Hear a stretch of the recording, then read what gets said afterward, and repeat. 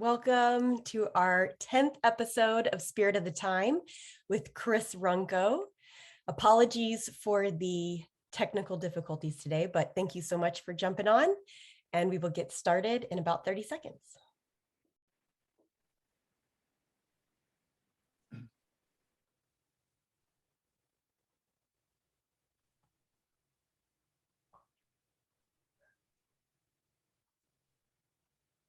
Welcome to our Spirit of the Time Zoomcast, sponsored by Zeitgeist Design and Production. Today is episode 10 with Chris Runco. Really looking forward to hearing all these amazing stories. We will get started in just a second.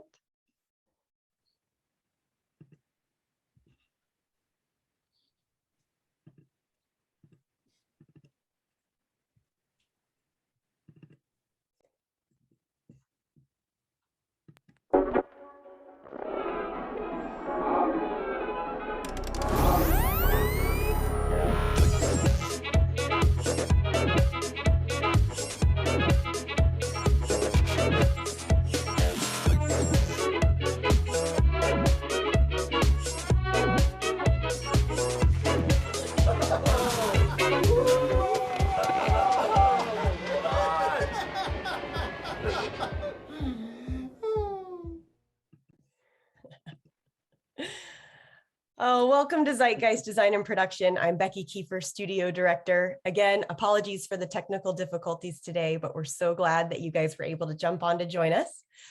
Time travel is the ultimate experience. In fact, it's probably the most immersive and interactive attraction ever imagined. And here in the Zeitgeist Creative Studio in Pasadena, California, imagination rules and time is always of the essence. This is where experiential entertainment vets Ryan Harmon and Joe Lancicero study the past and spend the present envisioning the future of UXIRL, user experiences in real life. The Spirit of the Time Zoomcast offers a sneak peek behind the themes. Each month, we move you without a ride system, inviting one incredibly talented and accomplished colleague aboard our time machine. We journey through that person's career, unraveling the mystery of what makes a guest experience timely, yet timeless. And because we're live, you're welcome to type in any questions into the chat box, and our passenger will answer them, time permitting, of course. So climbing aboard our time machine today is concept designer, illustrator, and art director, Chris Runco. If you've slid down the slippery slides at Typhoon Lagoon, attempted a flight to indoor with Rex on Star Tours, gotten soaked to the bone on Grizzly River Run, experienced the Monsters, Inc. dark rides in Anaheim or Tokyo, or explored Pirate's Lair at Disneyland, then you have enjoyed the clever, humorous, and beautifully designed work of Chris Runco. It's now my pleasure to introduce our time machine pilots. Zeitgeist Design and Productions Chief Creative Officer, Ryan Harmon, and Zeitgeist Executive Vice President and Chief Art Director, Joe Lancicero. And then, along with the man responsible for creating two of Disney's iconic mountains, Mount Mayday and Grizzly Peak, Chris Runco. Hello there. Hello. Oh my God. Are we here? Are we back? Time travel today, huh? You know, gas has gotten so expensive. Joe and I had this idea that we could go back in time to buy gas. When Joe started driving, it was what, 35 cents. For me, it was 68. Either way, we're saving nearly $5 a gallon. Yeah. So Yeah, hey, I'm going with you. Doesn't work. I know, but Anyway, Chris, so happy to have you here. Okay, Hey, great to be here. Wow, I got to start by saying, I had the extreme pleasure through almost my entire career at Imagineering to work closely with Chris on a number of projects. In fact, my first big project and my first big learning experience was Typhoon Lagoon under Chris's guidance. And what a great way to get introduced to WDI, working with this guy. It was amazing. Yeah. And then we got to work on so many other projects together. But the greatest thing about Chris, and one of the things that I loved about Imagineering, we had all these different types of designers that came from model building background, from writers, but Chris has this amazing ability to visualize things graphically. Yeah. He's a fantastic artist and puts life and energy and humor into his artwork. I think in much of the same vein as many of the greatest Disney Imagineers and artists, like Mark Davis and such. I put you in that same class, Chris Runco. Yes, and I had a similar experience, Chris. I was 20 years old when I think you met me. I had long hair, and you were one of the nicest guys at Disney who helped me come in to work on different projects, and you had me write things up, and you were always so optimistic and positive and helpful, and I appreciate that so much from 30 odd years ago. I guess some of it stuck. We have a lot of ground to cover, so let's get them in. So let's set the time machine for about February 29th, which it almost is. Okay, I'm ready. Yeah, we're gonna go to Whittier, California. And Chris, is it true you were born with a color pencil in your hand? My mom would have told me if it happened. I don't think so. But I had one shortly thereafter, I'm sure. Yeah, that's the point. A wonderful artist. You're drawing in kindergarten. Like, what's going on here? Yeah, I was always drawing. It's wow. Yeah, she's quite a hoarder, so she saved everything. I found some drawings I'd done in kindergarten. I think I drew George Washington and Abe Lincoln. Wow. So now she was an artist, right? Yeah, she did. Mom did watercolors for many years. Okay. She's 95 now, by the way. Awesome. Yeah. So, yeah, I'll be sure to show her that. That's great. And then we're moving forward like about 15 years. You're in high school. What are you doing here? A little bit of everything. I loved art. I also love science, history, math, building things, just about everything. So in high school, a lot of the stuff, I mean, I love the science classes, but I also did like a lot of graphic design. I got to do these, we did these big musical productions with the whole theater department, and I got to design sets for them. And one year we even did projected sets. It was the first time we did that. Of course, for a high school, that meant bed sheets hanging in the gym with Kodak projectors, Kodak slide projectors. And I was up there madly, dissolving slides back and forth. So real high-tech stuff. Were you doing rear projection at that point or front projection? Say that again? Were you doing rear projection at that point or front projection? Oh, yeah, it was front projection. Yeah. Oh, okay. We didn't have any rear projection screens. Like I said, bed sheets. So, All right, and then we designed floats. We did floats for the local parade and won awards for those. So, including special effects. We did a big dragon with smoke coming out of his nose and animation. There were people inside pulling ropes. And so my buddies and I built a flying saucer in high school, an air cushion vehicle with a prop inside that, just like the ones at Disneyland, the flying saucers at Disneyland. We had our own. Yeah. So in hindsight, I look at that and go, where should that kid ended up finding a job? Yeah, exactly. Yeah. But I didn't know there was an Imagineering. I'd never heard of that. Had no idea.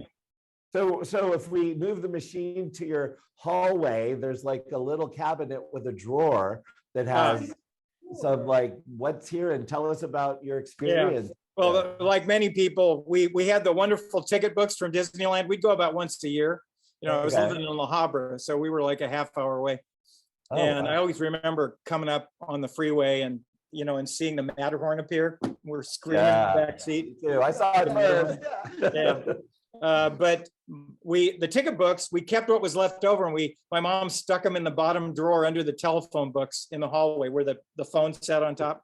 And once in a while I'd open that drawer and it was like a scene from Indiana Jones, glow of light, and look at him go crazy. And when we talked, Joe said the same thing. Of course, it was all the A and B tickets. Yeah. We used all the rest of them. Right. I love that place growing up. So. Yeah. Okay. Yeah. There's a moment where you're riding the submarine ride, I guess. Oh, yeah. That was impactful for you. Tell us about that. Yeah, so my earliest memory of Disneyland is that when I was a real little kid, so I imagine I was somewhere between 6 and 8, we went on the sub ride and we got past the bubbles and then we're going through the lagoon. And I remember seeing a mermaid swim up to the porthole and wave. And she came up and there was a guy sitting next to me who was in some kind of military uniform and he waved at her and she blew him a kiss. Ooh. And I thought, wow, that's pretty cool. And then later on that same day, we went through the Nautilus submarine, with Captain Nemo's pipe organ and all this stuff. Wow. And years later, when I went to Disneyland, I said, well, none of that really happened. That must have been my imagination because there was no such thing. Nobody'd be in the sub ride. Right. And then when I got to Imagineering, 10 years later, I went through the documentation books up in our library and son of a gun, here were pictures of mermaids in the sub ride. I found out they'd done it for a while until their hair started to fall out from all the chlorine. They're all green now. Yeah, so it had some technical difficulties, so they stopped doing it. But, yeah. Wow. So I have memories of Disneyland. I think I also barely remember being on the mine train too. I mean, on the mule train. Oh, cool. Okay. Nature's Wonderland. That's awesome. So we fast forward to 1970 and 1970. And you applied for a ride operator job, it looks like, at Disneyland. Yeah, like every kid in Orange County, I wanted to work at Disneyland. So after my first year of college, I went and applied for a job as a ride operator. And they called me in for an interview and they said, it says here that you do caricatures. I said, yeah. And they said, do you think you could do portraits? Because we need portrait artists on Main Street. And I said, sure. And so the lead came out and met me and he brought me some of their chalk. They used some special kind of chalk and some of their paper and said, go draw some and bring them back in a couple of weeks. Let me see what you can do. So I went back and drew everybody in my dorm and then came back and showed him to him and he took one look, scanned him and said, okay, when can you start? Wow. So about a month later, I was there at Disneyland and they threw me out there really quick. I came in for orientation and I was learning how to use cash registers. And all of a sudden this guy tapped me on the shoulder and it was the supervisor from Art Festival, or that's what they called it. And he said, I'm shorthanded today. Can you work? I said, sure. Anything to get out of here. And the only thing was I still had my sideburns and my mustache. So I had to go to the Disneyland barbershop and shave everything off. No way. Yeah. And then they handed me a smock and sent me out there. So I had no time to get nervous. It was like, sit down, start drawing. Yeah. I don't think I've ever seen you clean shaven. You had a beard for most of your career. I don't remember if I've ever seen myself clean shaven. Was that the last time? In 45 years. Certainly my sons have never seen it. So. Wow. Okay. How many years? Anyway, that was my introduction to working at Disneyland. Yeah. And for how many years did you do those portraits? I did them from 70 to 74. I would do them every summer. And then holidays like Christmas and spring, spring break. Right. I'd come in from school and do them. My dad was very happy because he never had to give me spending money for college. Yeah. I was earning all my spending money at Disney. What did those things cost then? Like a couple of bucks? Oh yeah, like you said, gas 45 cents a gallon. Right. Yeah. That's why we go back in time. Yeah, and who knows what everything else was? I forget. Yeah. I think minimum wage at the time was $2.25. Okay. So, now, were you working at Aaron Brothers around the same time? I did a little. When I graduated, I needed some more money because they were only giving me I was permanent part-time, and so I was getting like 8 hours a week. And so I started doing my own portraits at one of the Aaron Brothers near me in Whittier for a while. Oh, that's great. That must have been great training. Yeah. It was life drawing 8 hours a day with conversation and getting paid for it. Yeah. Great. Yeah, I got to meet people from all over the world. Wow. And then they can go right inside and get it framed. right? Yeah, Was that the well, the idea? frames were right there. Yeah, it's, that was part of the deal. Another, Oh, that's so great. you get a Okay. frame. Okay, let's move the time machine. Yeah, so forward to 1974, we're in that little building at Disneyland by the parking lot, and there's Yeah. like a Yeah, job Harbor Gate. board, What's on right? that board? Yeah. Yeah, what's on the job board? So I'm going out by Harbor Gate, punching the time clock, tells you how long ago it was, punching my time clock, the time clock. And they had a bulletin board there, which they still do in some form, with all the ads. So it was like apartments for rent and cars for sale and that kind of stuff. And there was a little 3x5 card up there. It says wanted model builder for Disney company in Anaheim, apply at this number. So I was, like I said, I was getting 8 hours a week. So I called them up and went in for an interview. And that was really cool because it was a little shop that did the shooting galleries for Disneyland, Oh, cool. named McGlashan. And they were starting to build electronic galleries. They still maintain the lead ones, which some of us will remember when Disneyland galleries were lead pellets. You were actually Good old Yeah, days. yeah. We So gotta I'm go sure back I to have that. plenty of lead in my system, from all that. But they were building props and they were building arcade games too for the park, Oh, both Florida and California. The ones in Bear Country, the Bear Country arcade, yeah. And also for you, do you remember when the little pirate shop had a back door and there were machines in there? It was like the doubloons, they print the doubloon. Anyway, I built those machines. And the wow. best part of it was they were working with some folks from Imagineering. So I met Sharansi, I met Imopas, I met Jim Elliott, who was helping them get their carpenter shop in shape. Right. And several other people, Joe DeMays, Sam McKim? Sam McKim came down, my first art director that I met. Wonderful guy, love him to death. And Sam came down because he had designed the shooting gallery, electronic shooting gallery, and he'd also designed the arcade machines. And so I built those. Yeah, one of them, I had this deja vu moment about 10 years ago at Imagineering where I walked in our warehouse and there was one of my arcade game pirate. It was sitting there, a little the worse for wear, and they were going to renovate it because it was going to be put in a show at the Smithsonian, I think. Oh, wow, cool. And they still have it. It's in the IRC at the moment.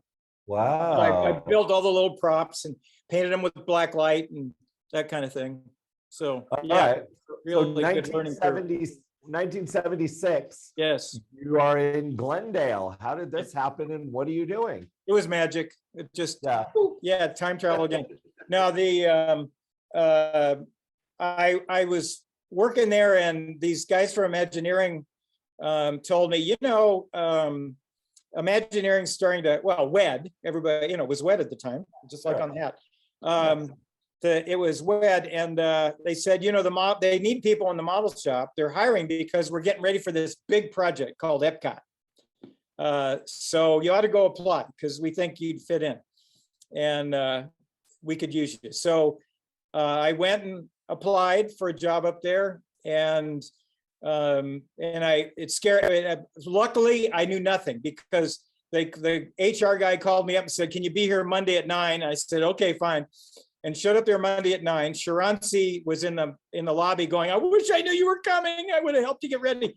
Anyway, and they walked me into Edie's conference room, and thank God I had no idea who I was talking to because around the room was Marty Sklar, Claude Coates, Ken Anderson, Orlando Ferrati, Jim Thomas, the list goes on, Bill Martin, and they started taking my stuff out of my bag of portfolio, it was very well organized, and handing it around the table and everybody looking at everything. So anyway, and it was, and then and I'll never forget one moment, because this is the moment I met Marty Sklar, Marty was right there and he pulled out one of my sketchbooks from this box and he started thumbing through it. And I said, "Oh, that's just a sketchbook." And Marty looks at me and says, "I love to look at people's sketchbooks. It tells you how they think."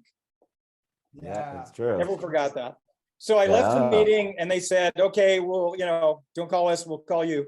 And I waited a couple of weeks and Sharansi told me to keep checking in. And so every couple of weeks I'd check in. And about a month and a half later, I got a call out of the blue from the HR guy again. And he said, "When can you start?" And I said, "I'll give him 2 weeks notice and I'll see you in 2 weeks." And 2 weeks later, walked in the model shop and got handed some blueprints, say, "Built this."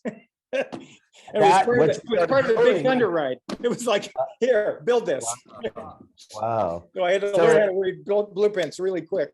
So when I was a kid around this time, we would go to Disneyland every year for my birthday. Yeah. And there was something called the Preview Center on the Yeah. right side of Main Street. And I'd run in and there'd be a model. And I will never forget seeing this model of something called Discovery Bay Yeah. with this dirigible airship and Yeah. a Dumbo ride. And I'm Yeah. like, oh my God, when are they building this?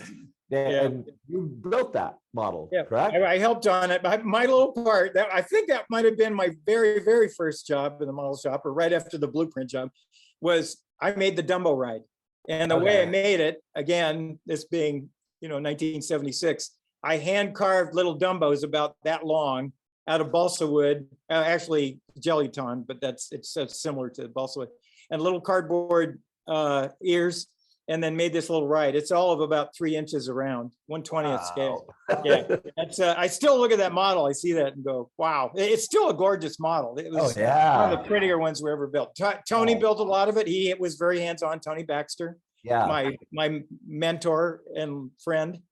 Yeah, but I love that model. Oh, we got to do a lot of wonderful models there over I think time. that was my first. Everything came to the model shop. Maggie Elliott used to say that the model shop was the heart of Imagineering. Yeah. Because everything was done in 3-dimensional design. It all fed through there. Yeah. So yeah, it was. Yeah. Oh, there's me and There you Tony, are. and we're working on the land pavilion. That was the first land pavilion design for EPCOT. It had a lot of different pieces like that. Wow. We were also working on growing our hair, I guess. So Yeah, around this I love that time, model too. They kept that model, and that model where it was tall crystals with these beautiful rides in it. I worked on that model with them, and they kept that as well. It's a gorgeous piece of work. Took 20 of us worked on it. wow. So here in 1977, it looks like you got to go back to the submarine ride Yeah, and walk through the water. yeah, yeah. We decided. They decided to try me out as an art director. And so they gave me the job. And what they done is, for the first time ever and the last time ever, they decided to do a wet rehab, which is they didn't take any of the water out. Usually they'd rehab it, they'd take all the water out, repaint everything, put in new fish, all that stuff, and then fill the water back up. This time they said, let's save the money. We won't take the water out. Yeah. So, like I said, it was the first time and the last time it was ever done that way. So my art direction job was I would go down and I would get in the submarine. They would park the submarine in the right spot. I would get in the submarine and wave at the divers would go out with all the props or the kelp or whatever. And then I'd stick my head in the portal and go over to the left, over to the right, And then, or I do a little sketch for them, quick sketch, like that's a rock, and put 1, 2, 3 fish on that rock. That's the way you do it. And then I for like other plants and things, I'd literally get in a little rowboat and pile all the kelp and stuff, and I tied them to coat hangers with weights on them, and I'd go out to the right spot and go, okay, about here, and I'd drop it into the bottom, and then row back to the submarine and go back down and wave at them and go. It was yeah. And then, like I said, I became good friends with them after they hazed me a few times by throwing me in. I got thrown in the sub ride one time, wallet, clothes and all. But really? The guys were really wonderful. They're machinists to this day. The animation machinists are still the crew that maintain underwater stuff, and they were all licensed divers. But I asked, could I go in there with you? And they said, we're not supposed to. But anyway, they snuck me in one day, got me in the wetsuit and everything, and we went down and we walked the sub ride. It was like 20,000 leagues. We're walking on the bottom because you can't swim. There's too much gack around you, coral and stuff. So you walk in tennis shoes along the bottom with your weights, and yeah, it was so cool. How many people get to do that? Right. Fantastic. Yeah. Wow. Lots of fun. So we're in 1978, and you're transitioning to a new department. Yeah. Right. Yeah. Tell us about what you're doing here. Oh, that was. So one day, Bill Novi, who was running the renovated special effects department, which had dwindled down to like 5 people, they were, again, needed to build it up. And he came to Bob Sewell, running the model shop, and said, I need a guy to build mock-ups for us. We want to show off the effects or set them in the right, environment. Can you loan us somebody? And Bob said, sure, take Chris. I think he was kind of happy to get rid of me for a while. Anyway, they sent me to the other end of the building. We were all in one building at the time. Oh, They sent me to the back corner. Pardon? Was this 1401? Yeah, the back corner where audio AV is now, audio video. Yeah, okay. that was AV, animation, and special effects and lighting all in the same place. Oh, because it wow, was so okay. small. Yeah, so I started building mock-ups for them, and I built things like I built the first fog box. Bill Novi designed a fog box. I made a plywood version of it, and we took them down and put them into the Matterhorn for our first Disney fog effect. And I built just all kinds of things. I built a steamboat boiler for World of Motion with a Currier and Ives print for the background that I took out of a book for my mom and dad's house and blew it up with it, on a projection. And so, yeah, we started doing that. And after about 6 months, Bill came to me and said, we think you're really good for our department. Would you like to stay? And I said, okay, sure. Serendipity is one of my favorite words. I had a lot of things happen I was never expecting, and they turned out to be great. So I was in special effects for 8 years. We did all of EPCOT. I worked on projected effects mainly. And of course, I got trained by the wonderful and inimitable Yale Gracie. Wow. That was priceless to have him. And I did band hub. I did projection. There were cavemen floating around through time in the spaceship Earth. I did that. It was with a bent hubcap, Yale dropped me in to do one of his wonderful bent hubcap effects. And I did projections in Land, and I did projections in World of Motion. And then the finale of, and American Adventure.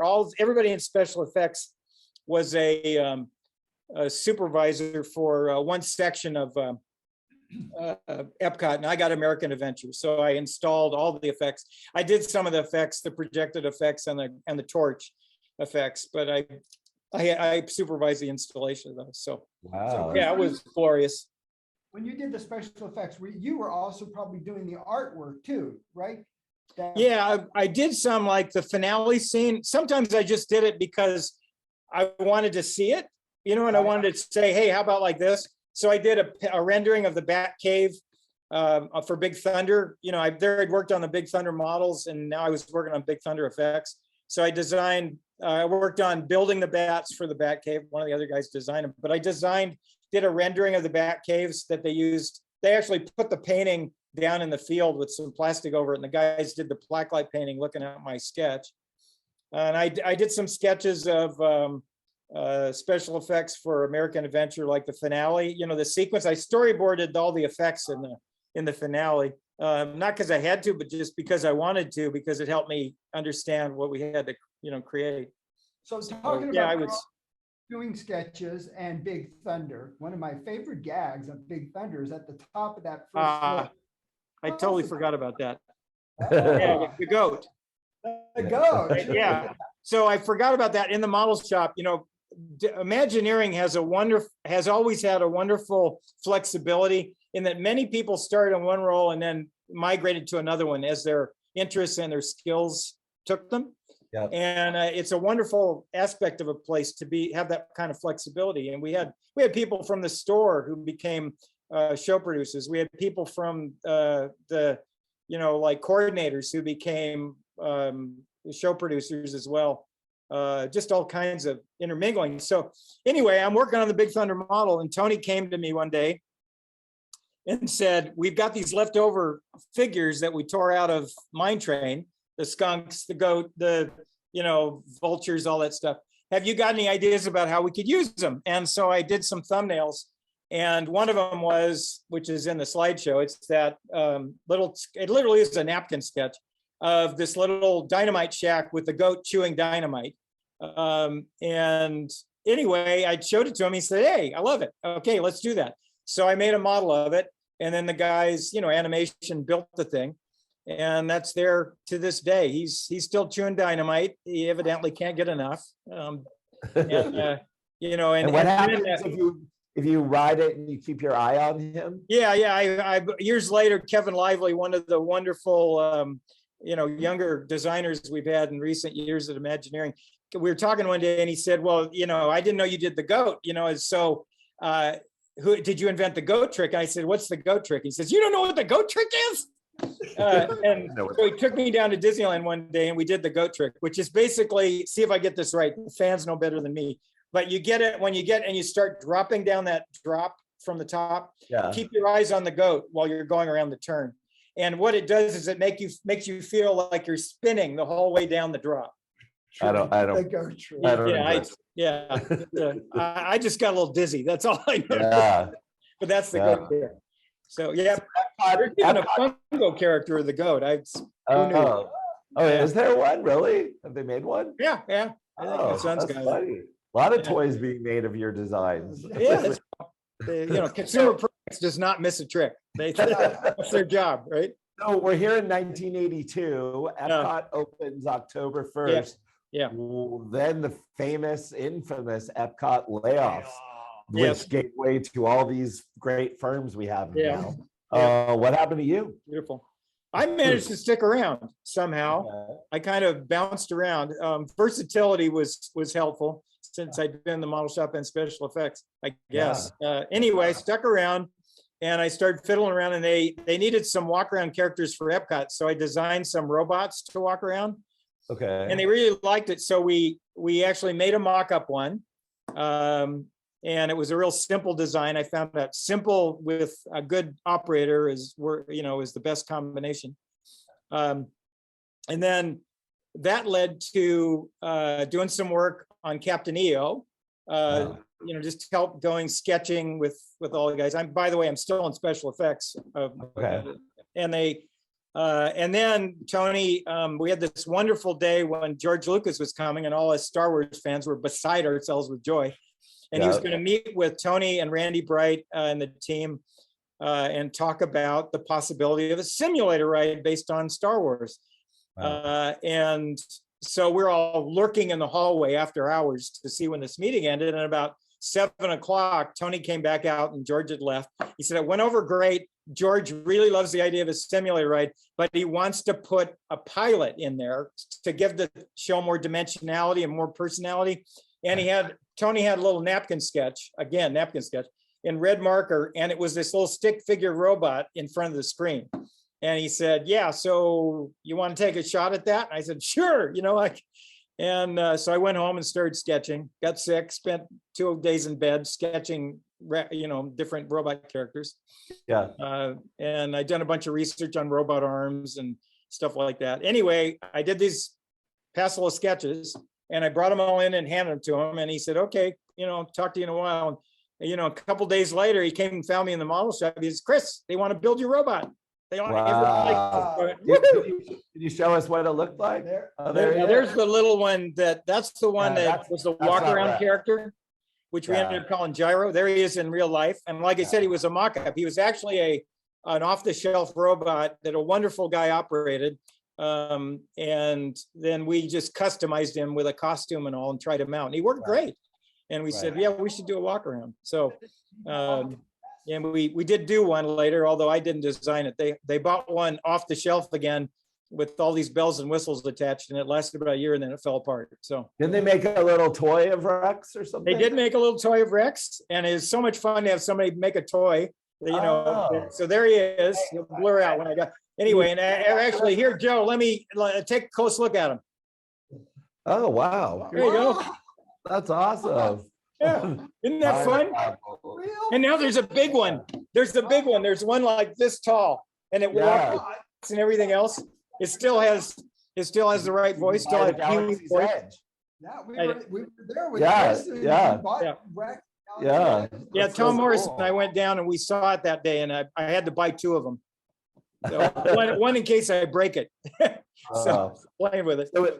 So we're moving to 1987, which is when both Joe and I started as Imagineers. Right. And you've gotten this opportunity. A filmmaker will do many films until he gets his big break, and it seems like you are finally getting your big break here around 1987. Tell us what's going on. 87. 88. Oh, 87.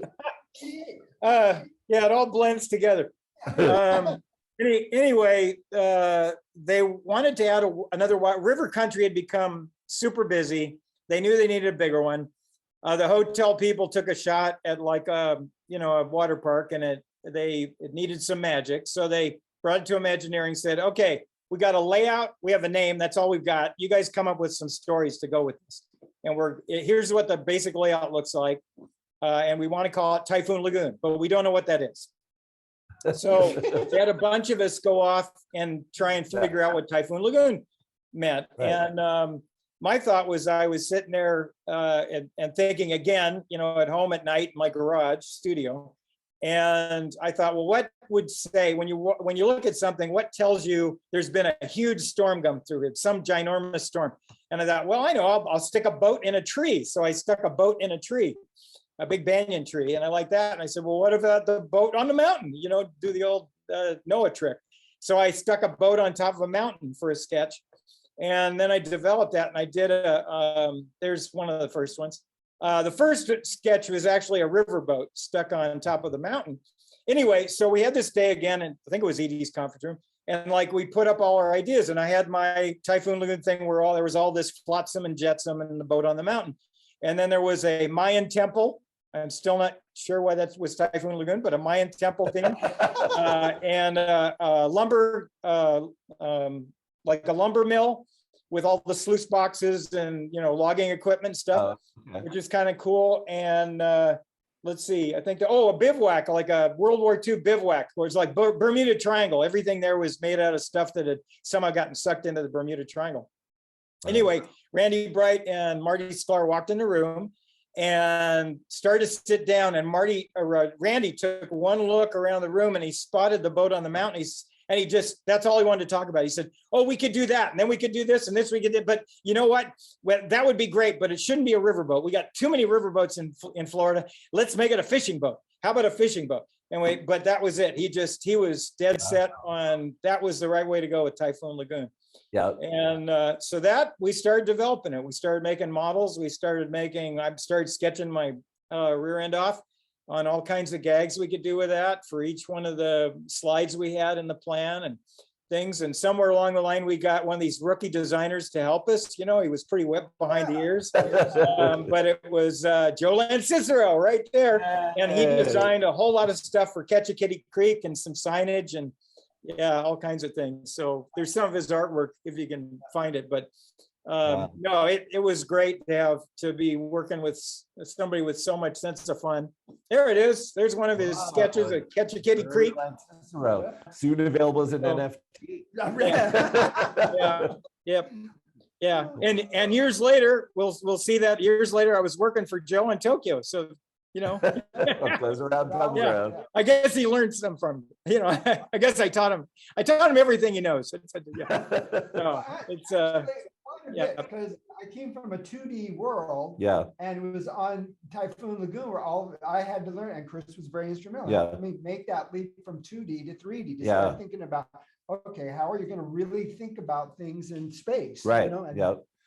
Space and time, because it's as you walk through, as you move around through it, you got to be aware of all that, make it work. Right.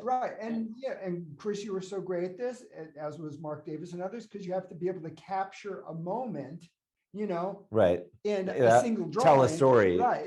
That storytelling moment, and Chris was so great at that. It really helped me to think about that. Right. What is that storytelling moment? So Chris, you were given the opportunity here to be the creative director, the art director, the show producer. What was your role? Well, I started out concept design, and then at some point they kind of said, change offices because you're in show design now. I went, okay. Moved into another office. Very informal. And I was focused on that. And I remember I had one that we moved around offices. One time they stuck me in, the Disney people remember, the Major Mosley conference room while we were remodeling. And that had this wonderful feature that the lights went out if nothing in the room moved for more than 10 minutes. Right. So I moved at my desk and all of a sudden everything would go black. and I'd have to jump up and do jumping jacks to get the light to go back on. Have you ever been in a bathroom when that happens? It's horrible. Yeah, it's Yeah. yeah. No, it is. So and the thing was, Colin Campbell was going to go do it as like his last project there before he retired. He was going to go art direct it, and he loved nautical stuff. You know, he loved boats. He had his own boat, went river cruising in Europe. And so he went down as the art director, but they told me later, they said, he's going to retire. We've got a couple months left. So we want you to go work with him. And then you take over to finish the job, art directing in Florida. So, so that I got to do that. And that was, I was never in better shape because every day I was running up and down that mountain about 10 times, you know, from the construction trailer. So I wish I could have stayed in that kind of shape. So that But that was so much fun. And then trying the slides out. And I will never forget the day we let go, you know, the guests in the first time, dropped the cord, and they ran out to the beach and threw their towels on the chairs. And then a whole bunch of them went into the wave pool, not knowing what to expect. And then we unleashed the 8-foot wave on them. And the scream could be heard for miles. The scream, it was fantastic. It's just like all the time we put into it was just, it was so much fun to see that. Wow. Yeah. So Chris, that park opened over 35 years ago and is still the #1 water park in America. Yeah. So kudos to you Thank you very much for that. Yeah. Amazing project. So after that, I love water parks. I always have loved water parks. I just love all the attractions. Oh, I forgot. Just a quick thing is I went back years later and I was on another job, but I went over to Typhoon and met the people running it. I said, you know, I got one little request. And they said, what? I said, well, I'd like to swim the lazy river. And they said, okay, show up here at 5 o'clock. So at 5 o'clock, I showed up. They were closing the park. I showed up, they showed me in the lifeguards room. I got my swim trunks on and I went out, and with my own personal lifeguard, because they couldn't let me be there alone, I swam the lazy river. wow. I got dumb enough to go against the current or swim. I swam the lazy river. It was so much fun. Yeah. I love Typhoon Lagoon. So just a quick comment about swimming. Chris is a very good swimmer because where I actually first met Chris Runco was before we met at WI. Chris used to swim at the Burbank YMCA, and I used to go work out at the YMCA. Oh, wow. And we just struck up a little conversation, and he said, "Well, I work." I do remember that. Oh, how cool! I didn't know that. Later, there we go. How weird! That's a great story. Wow. All right. It was meant to be. So Typhoon opened in 89, 91. You and I had worked together a bit on the Plectu's Fantastic Galactic Review that was going to take over the Carousel Theater at Disneyland. Right. We pitched to Michael Jackson, one of the highlights of my life still. Then we got to work together on what we called Aloha Lagoon, ideas for a water park, I think, in Paris, right? Yeah. But then some new thing called Disney California Adventure was announced, and tell us what you got to do on that. Well, there was WestCOT in between, but we don't know. WestCOT, right? Yeah. And I worked on the Queen Mary project, and then when they decided not to do that, I worked on the WestCOT project, and then when they decided not to do that, I got to work on California Adventure. But it was kind of an evolution. One led to the other, led to the other. Right. Yeah. So it's anyway, in California Adventure, we all started working on pieces of it. I also worked on Animal Kingdom for a while during that time, and then I couldn't go to the field, but I worked on Harambe Village. Oh, right. And Gorilla Walk there, which I love that park. Every inch of it. But then when I couldn't do that, I went on to California Adventure. I was very disappointed not to work on Animal Kingdom, but in the field. But you know, it turned out great to end up working on DCA. And so I worked on the animation pavilion, and I worked on this area we were calling Grizzly Peak. Actually, I think we were just calling it the wilderness area for a while. And we worked up a couple of different versions, but we finally decided on a raft ride. So we went and visited raft rides around the country, and then we designed our own for that mountain. And I worked on that. I designed the shops, the play area, Redwood Creek Challenge Trail, which is DCA's version of Tom Sawyer Island. And it was just yeah, it was so much fun. I loved raft rides. I loved raft rides. Yeah. And I decided that one of the things that made a great raft ride was it was to spin a lot. Sorry, I'm sorry, Ryan, that you don't care for that ride Yeah. spinning too. That's Yeah, why I got you the and I will whole- eternally disagree on that. Yeah, yeah, but I had this idea for a spiral drop at the end. That was a complete spiral. And we did mock-ups. We did a mock-up where we had a truck with a turntable on the back that we were riding in. The truck was doing donuts and we were doing counter-rotating. Anyway, it would have been a heck of a lot of fun. But we found, the engineer told us after we started the mock-up, he said, you can't get there from here unless you make the mountain about 100 feet taller. It's not going to work. Yeah. And so then we sat there scratching our heads and go, well, we got to get some spins in this. So he and I tightened up the radii on the ride to make it the raft bounce off the walls more. And then at the end, we literally in a meeting, we were sitting there going, what are we going to do? And we came up with this reverse spiral drop.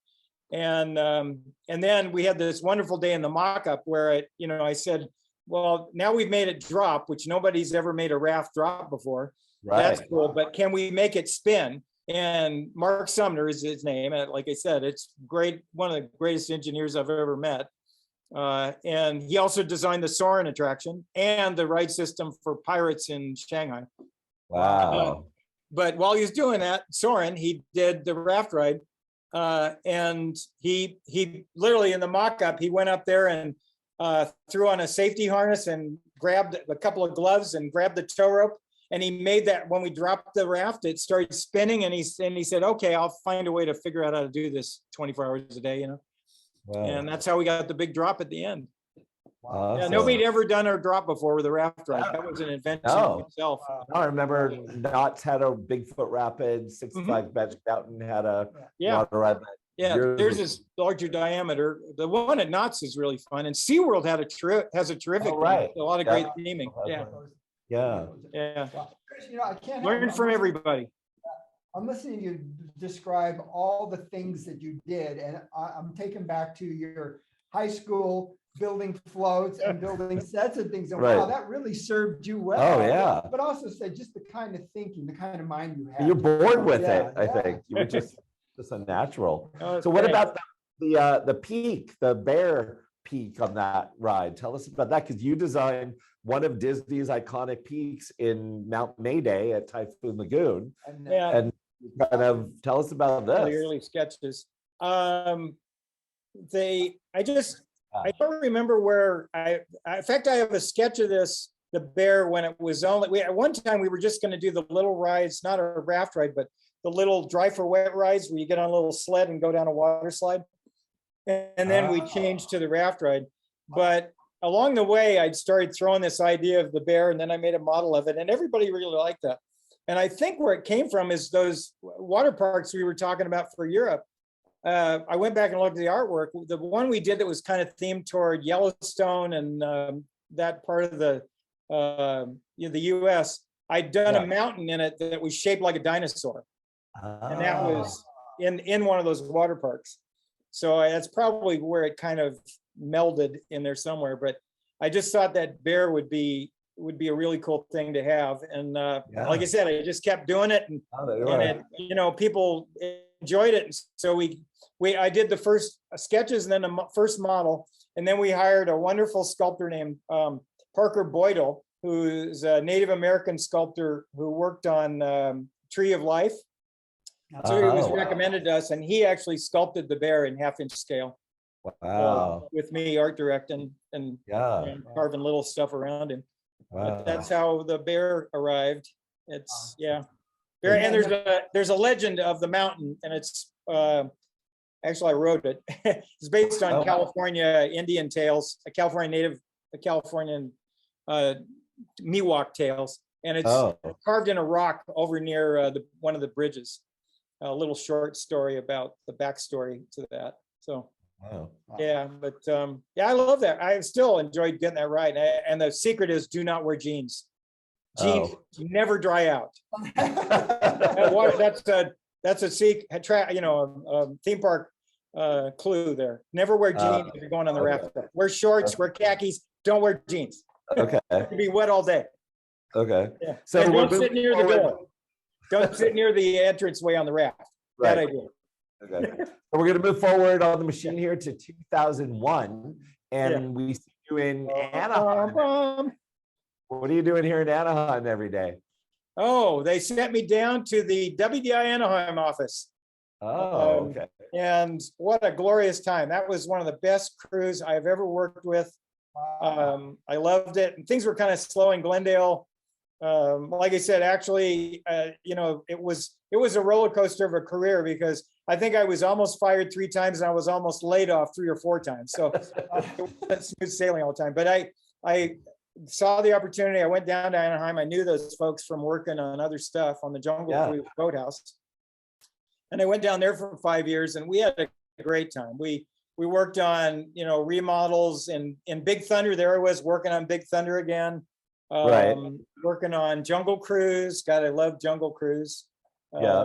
It's time for the hats. This is, you know, got for the Jungle Cruise. You know, always ready, always ready. You know, we worked on we worked on modifications for pirates. You know, I came equipped. You know, I got it off a dead AA pirate there. Gotta keep those. And actually, this is a bone from the bone cage. Actually, it's a bone from Old Bill, but it's a bone from the bone cage. This is wow. That's out on Pirate's Lair. So cool. Yeah. So anyway, and we had a lot of fun. I have to say that, you know, one of the things to do, and it's really important, is always have fun on your job. Yeah. It translates into your product. Yeah. The pink helmet guys, we came up that day to go, Ray Spencer, Jay Dreves and I, Ray was we co-art directed, and Jay was the coordinator, producer. And we went out there and said, okay, we need helmets today, huh? And they said, here, this is all we got. So we got pink helmets for the day. Yeah. So you're working at Disneyland, and back at DCA where you had finished recently, there were some issues, I guess, with the Superstar limo. Oh, you mentioned the name that should not be spoken. Yeah, wonderful Superstar limo. But my friend Neil worked on it, so No, you know, there's a comedy of errors that landed there, but anyway, whatever it was, that ride was not working, and so Robert Coltrane and Kevin Rafferty, God bless them, the best 2 designers I have ever worked with as a team, and all the rides they've come up with. They come up with this beautiful scenario of how to renovate that ride and change it into a Monsters Inc. ride. It took a couple of years to convince Disneyland, but they went for it. And so then they called me up down in Anaheim and said, we need you because we want you to art direct this thing. Awesome. So I came back up and started doing the art direction of the production, you know, the figures and the graphics and all the pieces, and then taking them down and field art directing as we installed them. And it's amazing because that ride, it's the same ride vehicle with another dressing, and it's the same ride track with only a couple of walls moved. You'd never know there was such a complete transition. That was how brilliant their design was. Wow. Yeah, and that led to this picture. Is shortly after that I went to, we had the need to upgrade to the brand new, Joe knows all about this because he was a big part of this, running the Tokyo park. We opened this wonderful Monsters attraction, which is absolutely gorgeous, blows ours away in a lot of ways, the one in Anaheim, and just beautiful, beautiful characters, everything else. But the gameplay was very confusing to people. And so we got this rush job with me and a couple of the art directors from LLC, Shigemoto-san and Masato-san. And the 3 of us came up with with brainstorming with everybody, but then we developed a storyline to enhance the whole gameplay. So we went from 30 targets to 96. We added a whole bunch more Boo characters in there because Boo, the Japanese and everybody loves Boo. And so we completely changed the game feature. That game, probably a lot of people don't know, but it's flashlight tag. You're playing flashlight tag with the monsters. And they all wear helmets. The trick is, it's all their monster helmets. You know, everybody with a monster helmet, you know, gets. I didn't get one. Oh yeah, here, take this one. Here. Oh, wait, it shrunk a little bit. The time machine kind of shrank it, but anyway. Very It's, cute. yeah, so and it was wonderful. It was wonderful working with the Japanese. I love Tokyo Disneyland, every Yeah. aspect of it. The maintenance is impeccable everywhere. They built some of the simple animation. It was wonderful working with the Yeah. Japanese. So And I learned how to count to 17 because they had 17 scenes. So yeah. I had to count to 17 in Japanese. So around this time, Tom Sawyer's Island, I guess they were looking at doing some kind of celebration for the Pirates of the Caribbean films that were going on, Yeah. and they called you. Yeah, So it what was Ray Spencer and me. We had put together some ideas before, and then now it's time for the pirate hat again. And so it was a rush job. They literally, because Jay Rizzullo came to us and said, came to Imagineering, said, I want something that opens day and date with the movie, which is next May. We went, it's August. And they went, yeah. Wow. So we want you to get it done by the beginning of May to open with the film. And so Right. we had already put some rough ideas together. So we started moving. They just said, don't wait for paperwork, anything, just start going. So we built mock-ups right Wow. there in Imagineering. And we went out to the island and we started, we'd measure stuff and then go back up and build something and bring it down. And we worked like crazy on it. And this was such a labor of love. I mean, there's so much love involved in all the best projects, but this one, I had grown up going to Tom Sawyer Island, as we all had. I'd taken my kids there. Soon I'll take my grandkids there. And it was in disrepair. And so to get a chance to renovate it and put some new magic in it was priceless to do that. Yeah. Plus I had, That's awesome. I mean, there were days I'd be out there after the construction guys left, I'd have the whole island to myself. Yeah. Well, a kid's dream come true. I'd call over the raft guy, I'd holler over and go, hey, Bill. And he'd wave, he'd bring the raft over. I'd say, I want to go over and take some pictures on the other side. So we'd go take our own raft ride around the island.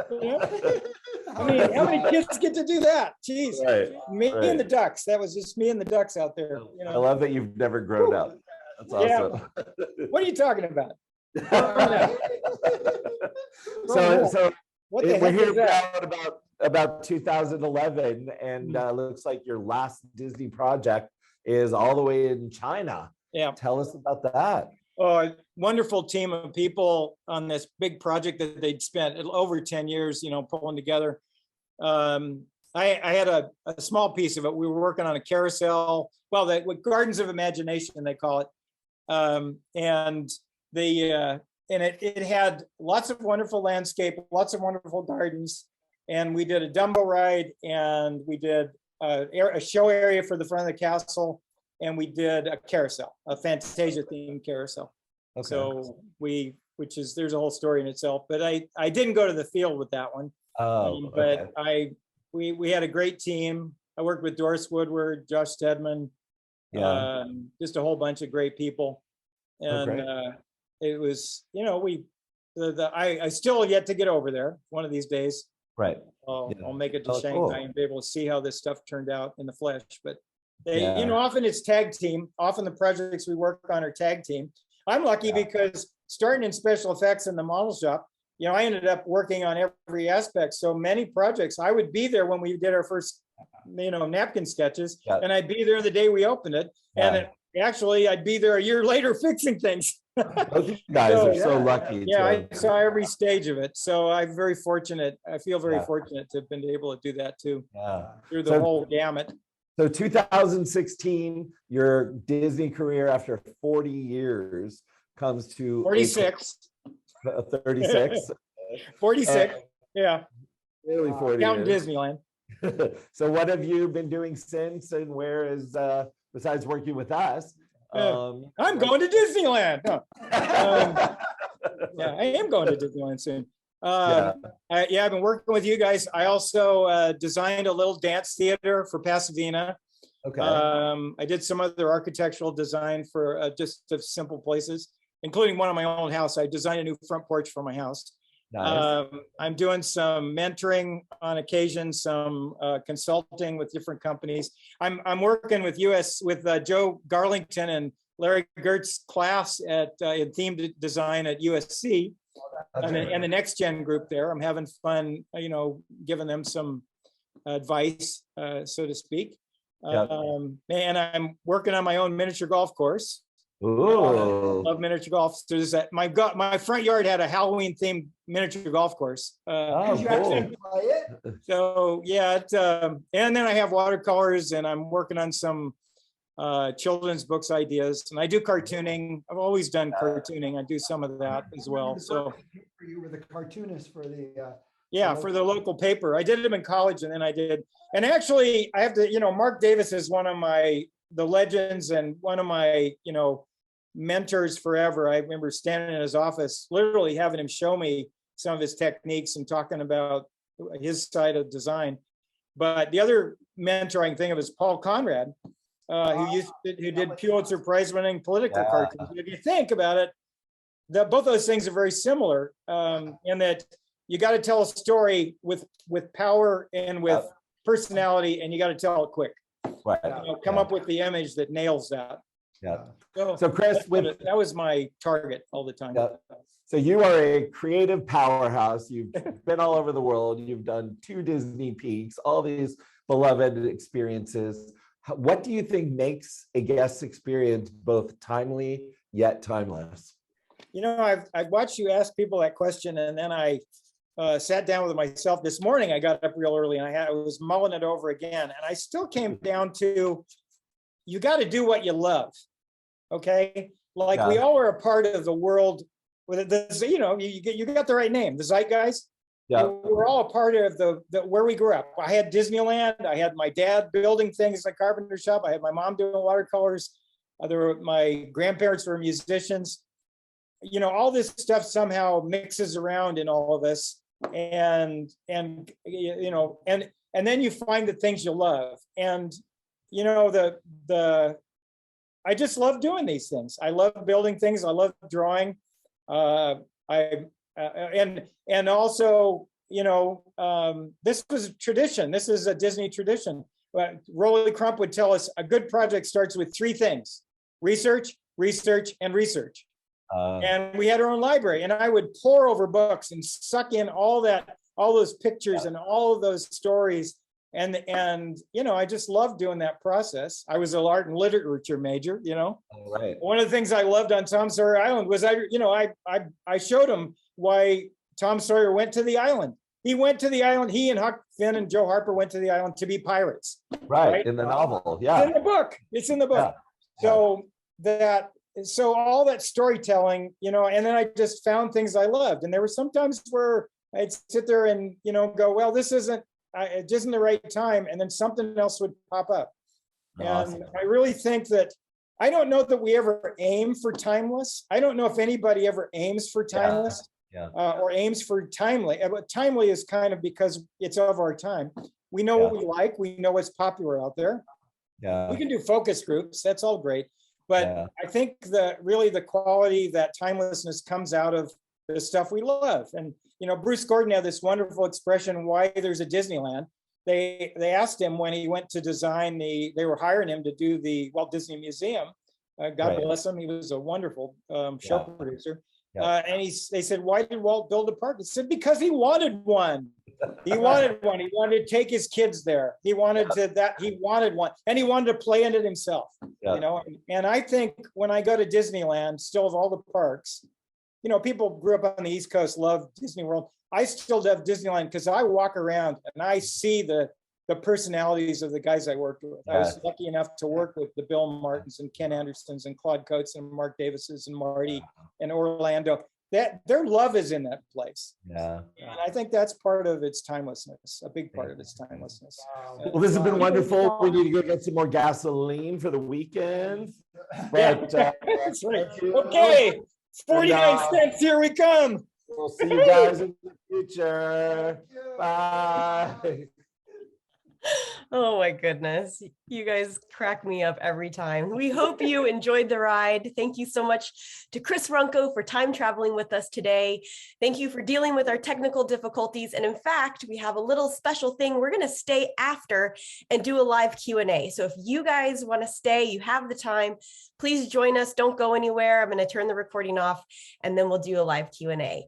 On behalf of Zeitgeist Design and Production, we thank you for spending an hour of your precious time with us on Spirit of the Time Zoomcast. Join us again next month when our passenger will be TEA Lifetime Achievement recipient and the man behind the vision for Universal Studios theme parks, Bob Ward. May tomorrow have the nostalgia of the past, the wonder of the present, and the promise of the future. Thank you guys again and stay tuned.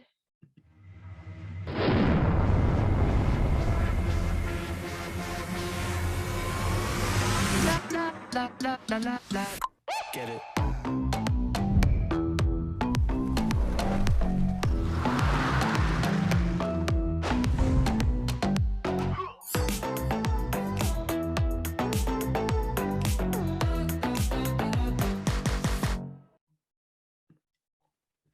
I like your slideshow. Thank you. Very cool.